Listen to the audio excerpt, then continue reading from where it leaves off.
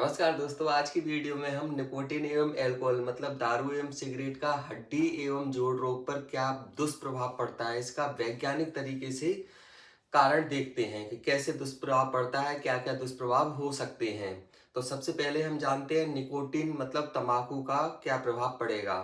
तो बीड़ी, सिगरेट, खैनी इन सब में निकोटीन होती है। ये एक बेसो एक्टिव सब्सटेंस है जो कि सेंट्रल नर्वस सिस्टम के साथ साथ मस्कुलोस्केलेटल सिस्टम पर भी गहरा प्रभाव डालता है। निकोटीन मतलब तंबाकू। तो निकोटीन का बोन मेटाबॉलिज्म पर क्या प्रभाव पड़ेगा, सबसे हम पहले देखेंगे कि बोन की जो मेटाबॉलिज्म होती है उस पर क्या प्रभाव पड़ता है। तो पहले देखते हैं कैल्शियम होम्योस्टेसिस में गड़बड़ी हो जाती है। तो निकोटीन क्या करता है, निकोटीन इंटेस्टाइनल में जो अपनी इंटेस्टाइन होती है ना, उसमें कैल्शियम का एब्जॉर्प्शन कम करा देता है और किडनी से कैल्शियम का एक्सक्रीशन ज़्यादा करा देगा, किडनी से बाहर ज़्यादा भेजेगा पेशाब के रास्ते से। पैराथायरॉयड हार्मोन का भी संतुलन बिगाड़ देती है निकोटीन। रिजल्ट क्या मिलेगा, निगेटिव कैल्शियम बैलेंस मिलेगा, मतलब कैल्शियम की कमी होगी, बोन मिनरल डेंसिटी कम हो जाएगी, हड्डियों में मिनरल की डेंसिटी कम हो जाएगी, हड्डी भुरभुरी हो जाएंगी, खोखली हो जाएंगी। दूसरे नंबर पे क्या करता है, तो ऑस्टियोब्लास्ट एवं ऑस्टियोक्लास्ट जो कि बोन में सेल्स पाई जाती हैं उसमें इम्बैलेंस कराता है। तो इसका क्या असर पड़ेगा, ऑस्टियोब्लास्ट का प्रोलिफरेशन कम हो जाएगा, जो बोन फॉर्मिंग सेल्स होती हैं ऑस्टियोब्लास्ट होती हैं उनका प्रोलिफरेशन कम हो जाएगा, कम मात्रा में बनेंगी। एवं ऑस्टियोक्लास्ट जो बोन को खाने वाली सेल्स होती हैं उनकी एक्टिविटी बढ़ जाएगी। कैसे बढ़ती है, तो एक रैंकेल लाइगेंड होता है हमारे बोन में, उसके एक्सप्रेशन को बढ़ा देती है और प्रोटीग्रिन के रिसेप्टर को कम कर देती है, प्रोटीन कम कर देती है। इससे क्या होगा, बोन रिजॉर्प्शन ज़्यादा होगा, बोन फॉर्मेशन कम होगा। तो ये प्रक्रिया ऑस्टियोपीनिया करा देगी और ऑस्टियोपीनिया के बाद ऑस्टियोपोरोसिस तक ले जाती है। ऑस्टियोपोरोसिस मतलब बोन का खोखला हो जाना। नेक्स्ट क्या होता है, ऑक्सीडेटिव स्ट्रेस। तो निकोटीन क्या करता है, रिएक्टिव ऑक्सीजन स्पीसीज को ज्यादा मात्रा में बढ़ा देगा। इससे क्या है, बोन पर स्ट्रेस बढ़ता है, ऑस्टियोब्लास्ट की एपोप्टोसिस बढ़ जाती है, ऑस्टियोब्लास्ट मरने लगती हैं, बोन मैट्रिक्स को भी अच्छा खासा नुकसान होता है, स्पेशल टाइप 1 कोलिजन को निकोटीन के थ्रू। तो ये तो था बोन के ऊपर प्रभाव निकोटीन का। अब सर्कुलेशन पे भी प्रभाव पड़ता है। आपने अक्सर सुना होगा कि वेसोकॉन्स्ट्रिक्शन हो जाता है, मतलब जो आर्टरी होती हैं, वेन्स होती हैं, वो ऐसे दब जाती हैं। नाइट्रिक ऑक्साइड का सिंथेसिस कम हो जाएगा, बोन हीलिंग के लिए जरूरी होता है। एंजियोजेनेसिस कम हो जाएगी और कैपिलरी की ग्रोथ भी खराब हो जाएगी। तो कुल मिलाकर निकोटीन खून कम पहुंचाएगा बोन फॉर्मेशन, बोन की जगह पे लोकल हाइपोक्सिया होगा और बोन की रिजनरेशन में देरी होगी, मतलब जो हड्डी 1-2 महीने में जुड़ जाना चाहिए वो हड्डी कम से कम 5-6 महीने और कभी कभी तो जुड़ती ही नहीं है। फ्रैक्चर हीलिंग पर क्या प्रभाव पड़ेगा, तो फ्रैक्चर हीलिंग के मैंने पुरानी वाली वीडियो में स्टेप्स बताए थे। पहला होता है इन्फ्लेमेटरी स्टेप्स, दूसरा होता है रिपरेटिव फेज और थर्ड होती है रीमॉडलिंग फेज। तो निकोटीन क्या करता है, जो इन्फ्लेमेटरी फेज होती है उसको डिस्ट्रॉय कर देता है। कैसे कर देता है, तो इन्फ्लेमेटरी मीडिएटर्स निकलते हैं इन्फ्लेमेटरी फेज के लिए, उनको कम कर देता है। इससे क्या हुआ, कैलस कम बनेगा एंड और उसके बाद एंड्रोकॉन्डल ऑसिफिकेशन धीमा हो जाएगा, मतलब हड्डी सही ढंग से जुड़ेगी नहीं। क्लिनिकल आउटकम्स क्या है इसके, डिलेड यूनियन होगा, मतलब 1-2 साल में यूनियन होगा, कभी कभी तो यूनियन होगा ही नहीं और कभी होगा तो आधा अधूरा यूनियन होगा, जिसको सीडो आर्थ्रोसिस बोलते हैं। फाइब्रस यूनियन हो जाएगा, मतलब हड्डी की जगह फाइबर जमा हो जाएंगे। जॉइंट और कार्टिलेज पर क्या प्रभाव पड़ता है निकोटीन का, तो आर्टिकुलर कार्टिलेज जो होती है, जो हमारी जॉइंट की कार्टिलेज होती है हर जगह की, घुटने की, कोहनी की, वो डिजेनरेट हो जाएगी। निकोटीन क्या करता है, कॉन्ड्रोसाइट के प्रोलिफरेशन को कम कर देता है, इससे प्रोटियोग्लाइकन की सिंथेसिस कम हो जाएगी एंड मैट्रिक्स मेटेलोप्रोटीजेस एंजाइम्स बढ़ जाएंगे। ये सब क्या करते हैं, मिलकर कार्टिलेज का सत्यानाश कर देते हैं। तो कार्टिलेज थिन हो जाएगी और कार्टिलेज में दरार पड़ जाएगी, जिसको फिशरिंग बोलते हैं, मतलब निकोटीन से जल्दी बुढ़ापे आने की संभावना हो जाती है। ऑस्टियोआर्थराइटिस, जैसे घुटने की ऑस्टियोआर्थराइटिस होती है, इसमें अर्ली कार्टिलेज डिजनरेशन मिलेगा, सबकॉन्ड्रल बोन स्क्लेरोसिस मिलेगी और जॉइंट स्पेस कम हो जाएगा। इन सब का जिम्मेदार निकोटीन होता है। ऑस्टियोआर्थराइटिस कब स्टार्ट होती है, नॉर्मली 50-60 साल में होती है, लेकिन जो लोग स्मोकिंग करते हैं रेगुलर, उनमें 35-40 साल में ही स्टार्ट हो जाएगी आर्थराइटिस, घुटने का घिसना। स्पाइन, रीढ़ की हड्डी पर क्या प्रभाव पड़ेगा, तो डिस्क के न्यूट्रिशन के लिए हाइड्रेशन जरूरी है। निकोटीन इन हाइड्रेशन की बजाय डिहाइड्रेट कर देगा, पानी में कमी कर देगा।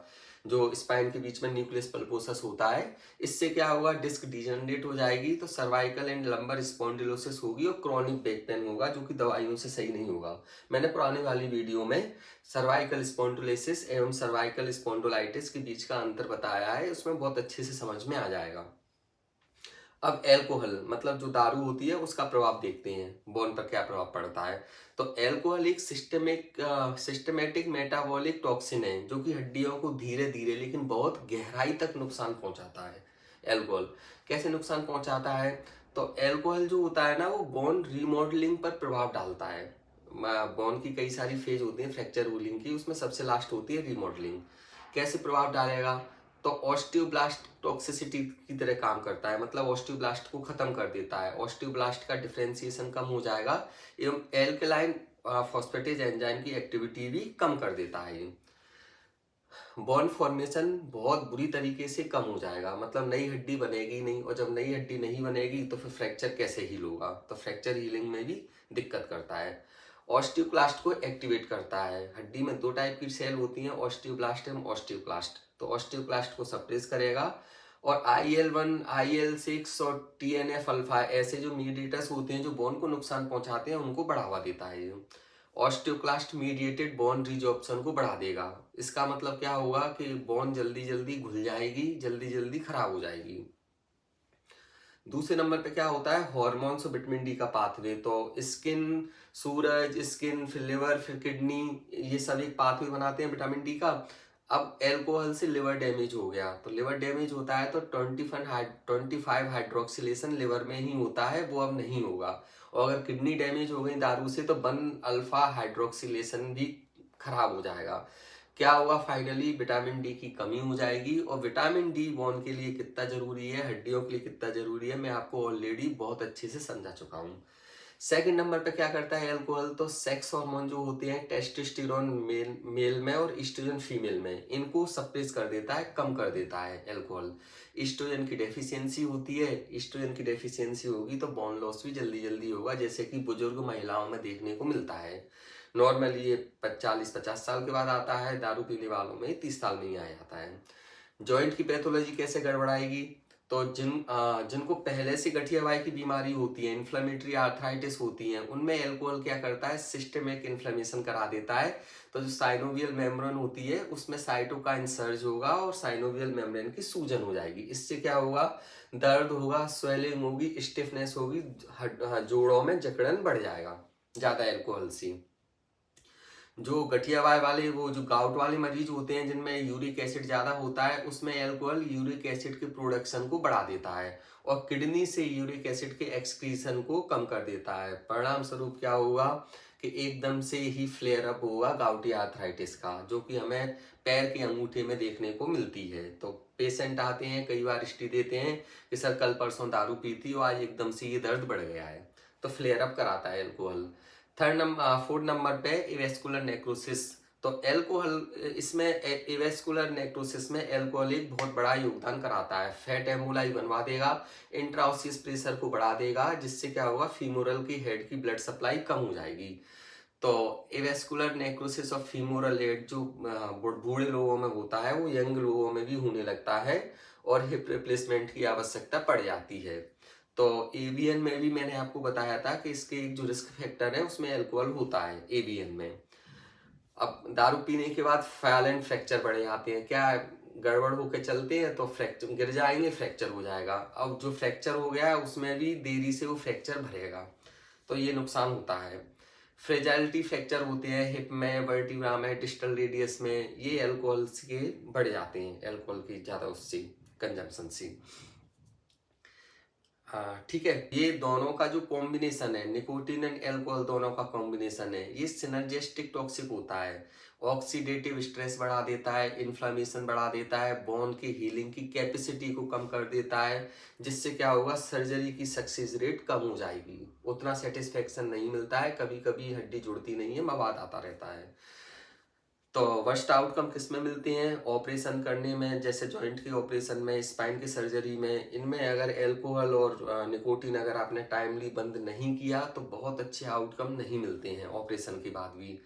तो हम निष्कर्ष बताता हूँ, क्या निष्कर्ष पे पहुंचते हैं। तो निकोटीन और एल्कोहल बॉन्ड की जो रीमॉडलिंग होती है उसको सेलुलर और मॉलिकुलर लेवल पे डिस्टर्ब करता है, छोटे छोटे लेवल पर, जिससे बॉन्ड रिजॉर्प्शन बढ़ जाता है, बॉन्ड फॉर्मेशन कम हो जाता है और जॉइंट का डिजेनरेशन तेजी से होने लगता है। तो 28 दिसंबर को मैं ये वीडियो बना रहा हूँ। न्यू ईयर आने वाली है, आप लोग अच्छे से न्यू ईयर सेलिब्रेट करना, बहुत अच्छे से करना। बट नेक्स्ट न्यू ईयर के लिए आप रिजोल्यूशन लेना कि हमें अल्कोहल एवं निकोटीन छोड़ देना है, क्योंकि इससे आपका तो नुकसान होता ही होता है। अच्छा, हड्डी के अलावा भी ये लगभग शरीर के हर अंग को खराब करती है निकोटीन और अल्कोहल। आंखों को खराब करती है, किडनी को खराब करती है, आर्टरी को खराब करती है, हार्ट अटैक के खतरे बढ़ जाते हैं, सीवीए के खतरे बढ़ जाते हैं, स्ट्रोक के खतरे बढ़ जाते हैं। तो ये हर अंग को खराब करने वाली दोनों चीजें हैं। तो मैं तो खैर ऑर्थोपेडिक सर्जन हूँ, तो मैंने आपको ऑर्थोपेडिक के हिसाब से बता दिया है कि हड्डी एवं जोड़ रोगों में क्या क्या नुकसान हो सकता है ज़्यादा दारू पीने से, ज़्यादा निकोटीन से। ऑपरेशन से पहले हमें ये चीज़ बंद करना पड़ती है। अगर आपका किसी चीज़ का ऑपरेशन होगा तो आपको निकोटीन और दारू दोनों की दोनों बंद करना पड़ेंगी लगभग 1 महीने पहले से ही। और अगर इमरजेंसी में हुआ तो फिर भगवान ही बचाए। तो न्यू ईयर पे रिजोल्यूशन आपका ये होना चाहिए कि हमें अल्कोहल और निकोटीन बंद कर देना चाहिए, आइडियली बंद कर देना चाहिए। निकोटीन तो बिल्कुल ही बंद कर देना चाहिए। अल्कोहल अगर आपसे नहीं छूटती है तो आप किसी डॉक्टर को दिखाएं, वो आपको अल्कोहल छोड़ने में मदद करेगा। और प्लीज इसको छोड़ दीजिए। थैंक यू, मिलता हूँ अगली वीडियो में, जब तक के लिए टाटा बाय।